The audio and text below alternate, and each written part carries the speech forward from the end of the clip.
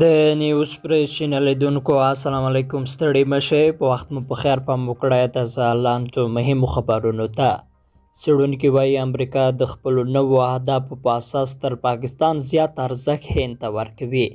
په پاکستان کې څېړونکي وایي چې د افغانستان څخه د بهرنیو ځواکونو تر وتلو وروسته د پاکستان لپاره د امریکا په پالیسۍ کې بدلون راغلی او د خپلو نوو اهدافو په اساس د پاکستان په پرتله زیات ارزښت هندوستان ته ورکوي. دوی وایي که څومره امریکا په افغانستان کې د بشري حقوقو خوندي کولو لپاره پاکستان ته اړتیا لري، خو په منطقه کې د چین اثر رسوخ کمولو لپاره یې زیاته پاملرنه د هندوستان ترڅنګ نورو سیمه ییزو هیوادونو ته کړې ده. بل لورته د طالبانو مشر نړۍ ته وایي نه پر شریعت معامله درسره کوم، نه تعامل درسره کوم، نه یو قدم درسره مخته ځم. د افغان طالبانو مشر هیبت الله اخوند په افغانستان باندې د طالبانو تر واکمنۍ وروسته په لومړي ځل کابل ته ورغلی او دغلته یې د علماو راجوړې شوې یوې سترې غونډې ته په وینا کې ویلي چې که پرې اټوم بم هم استعمال شي نو خو حکومت به یې د شریعت له لارې یو قدم هم شاته لاړ نه شي.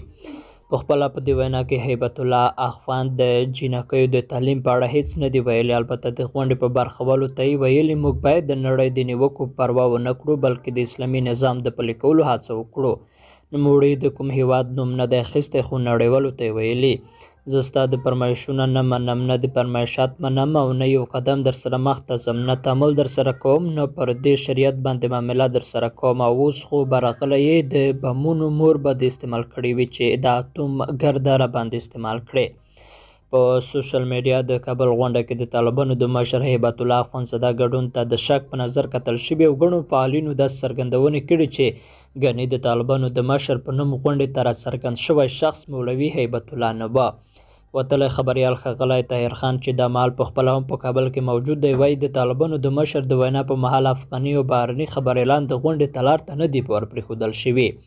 د طاهر خان په وینا کومه وینا چې هیبت الله اخوند د غونډې ته کړې هغه یو رقم د طالبانو راتلونکي تګلاره واضحه کول و، خو هغه وایي فکر کوي چې د هیبت الله د وینا به د نړۍ سره د طالبانو اړیکې نورو هم کړکېچنې کړي.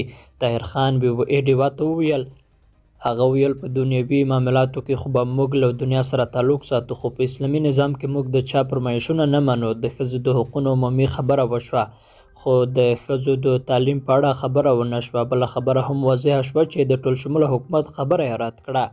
د طالبانو د مولوي هیبت الله لخوا په پښتو ژبه شوې دا وینا د هغه له ویډیو پرته په رسنیو خپره کړې ده چې هغه کې نوموړي د خپل حکومت د سیاستونو دفاع کړې ده. وایي طالبان په بشپړ ډول د اسلامي نظام د پلي کولو حق لري. د هغه وینا و افغانستان د طالبانو تر واکمنۍ لاندې په خپلواک ډول پرېکړې کوي او د هیڅ کوم هیواد تر اغېز لاندې نه دي. د طالبانو مشر ویل نړۍ د افغانستان په چارو کې مداخله نه کوي، موږ مستقل یو، د هیچا فرمایشات نه منو. قدرمنو دوستانو له ملتیا مو مننه.